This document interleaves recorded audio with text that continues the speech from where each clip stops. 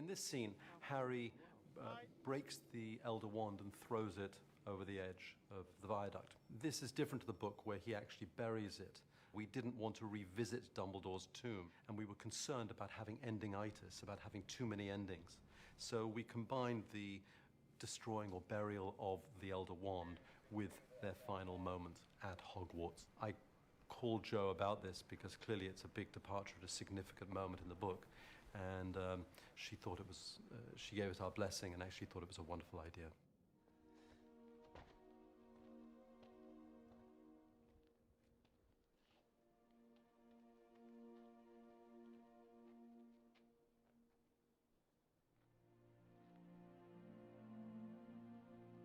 My direction on that day to all three of them was this isn't just a scene about you leaving Hogwarts, and this is a scene about you finishing on this series of films. It's a scene about you letting go of all the hard work you've been through.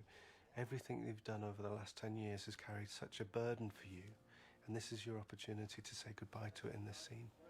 This is a way of you releasing that. And that was my note to them. Well done, you can go home now.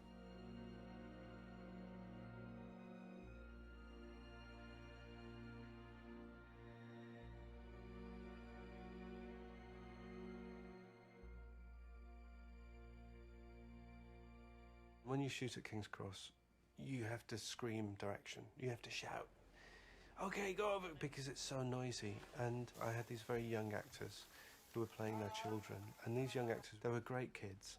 And I wanted them to really shine at the end of the film. So I wasn't getting the performances I wanted. But more than that, for me, we developed these makeup looks with Dan, Rupert and Emma and Tom. I was so concerned about making them look old. I think we made them look too old.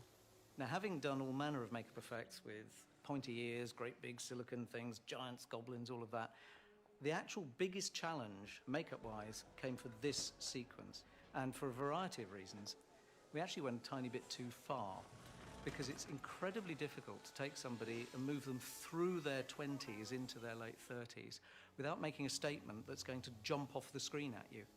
So I went to the studio and I said, I really want to shoot King's Cross again because it's the end of 8 movies. It really matters that we get this right. I'm not happy with this scene. I think I can do a much better version of it. And so, having looked at the material that we filmed, we boiled down the script very slightly so that it was a simpler emotional payoff. And we redesigned the makeup slightly with visual effects in the final analysis so that what you see is a combination of prosthetic makeup and visual effects. And we built the set for King's Cross at Leavesden Studios, so we were able to enhance the shooting time immeasurably. So David Yates had the freedom of a stage to work on rather than the impossible pressure of a few minutes on a busy station platform. Here they come.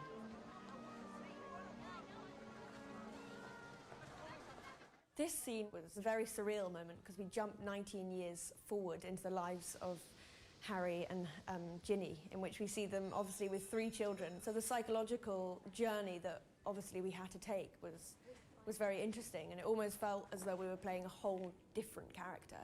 Albus Severus Potter. It's a really quite a cool scene because we see their kids going off to Hogwarts, kind of mirroring the first scenes in the first movies, really, when you first see us.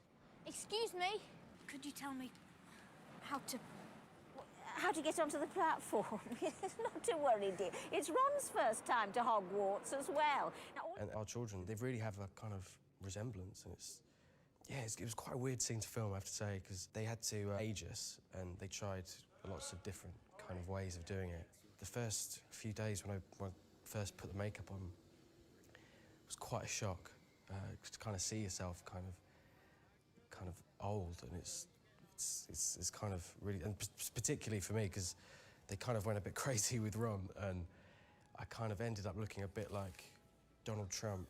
So they kind of toned down the makeup a little bit, so we didn't look too old. And I'm wearing a fat suit as well, just so you know. I actually just put on loads of weight. Yeah, it's a nice scene. It's a nice way to end, I think. So, there you have it. Good triumphed over evil. Harry Potter lived, and Neville Longbottom helped save the day.